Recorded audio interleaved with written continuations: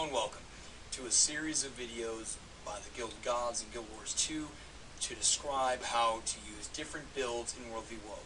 So today we're going to be running a Consecration build on the Guardian. As you can see, I've set my utility bar up with Wall of Reflection, Hallowed Ground, and Sanctuary as to use the utility of the different Consecration skills. So let's go over how they're used. The first skill, Wall of Reflection, is used to reflect things. Alright, so you got a bunch of enemy rangers that are shooting at you and an enemy Zerg. Let's say there's about 20 of them. That happens a lot in World v World.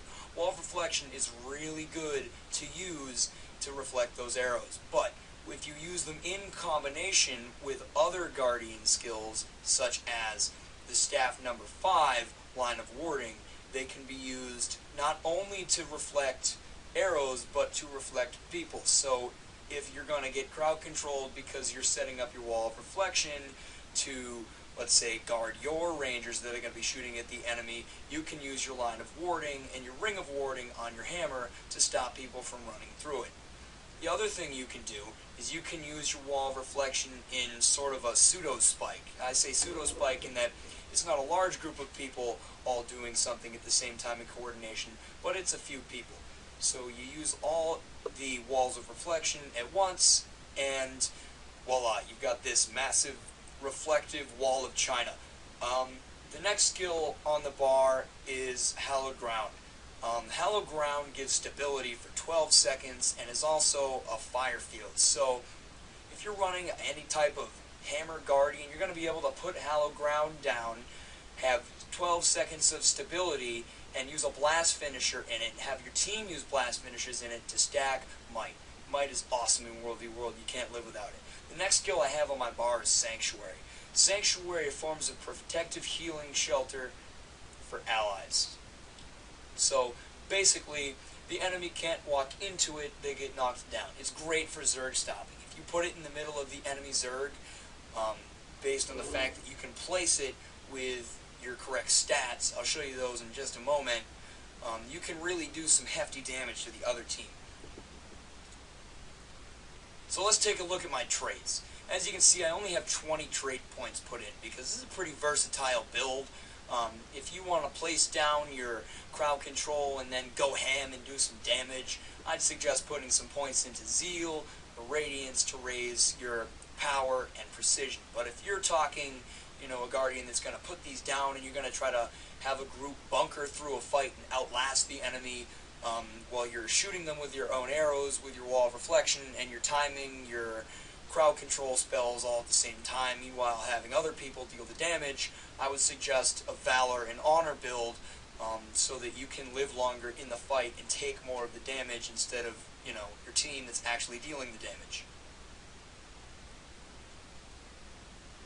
The 20 points I do have in Virtue are used on two things. Trait number 6 is the first thing. Consecration skills recharge 20% faster and last 20% longer. This is useful because we're using Consecration skills. It is a Consecration build. Now, the next thing is Consecrated Ground. Consecration skills use ground targeting. Ground targeting is awesome. It allows you to place your Wall of Reflection away from you if you have an enemy running at you. It allows you to place your Hallowed Ground anywhere. So let's say you've got a Zerg coming at you and your Zerg isn't standing where you are, but you still want them to stack might. You can tell them to use their blast finishers as you put it down on top of them, instead of just having it go on the ground where you're currently standing. It gives you a lot more utility in how you can use the skill. And the last one, Sanctuary. Obviously, Sanctuary being a giant knockdown bubble, if you put it on top of someone, they're probably going to rage at you a little bit, especially an enemy warrior. And now we're going to move on and look at some footage of this build being used by multiple Guardians in World v World, and also at the same time in an open field, so you can see what a massive reflective wall of China would look like. Okay, so what we're seeing now is I'm having the group stack, and I'm going to use the utility. Here we go, we're stacking the might because of the utility skill.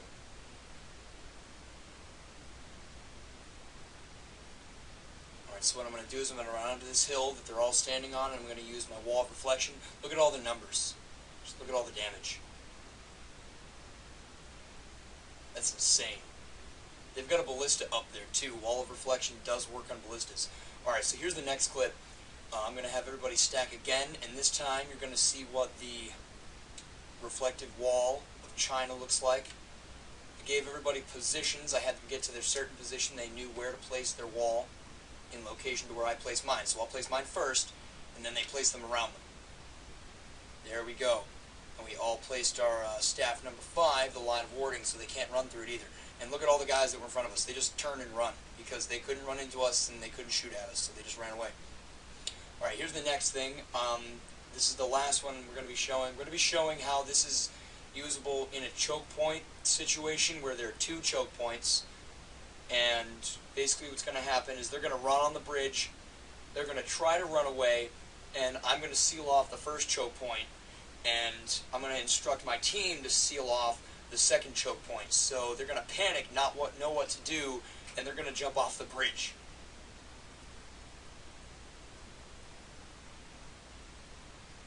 Okay, so you can see we run down there. Our Mesmer's going to put Veil up. I ran in too soon, so wasn't able to put it up on me. Alright, anyway, so here's my line of warding all the way on the other side of the bridge so they can't get off. And turn around. Watch me turn around on the left. Guy just jumped off. And then there's another one on the left that's going to jump off in a second here. Yeah, there they go. I'll give you a good look at them at the end of the video. Thank you for watching this week's edition of Built by Gods. More videos will come in the future. This is Derv, signing off.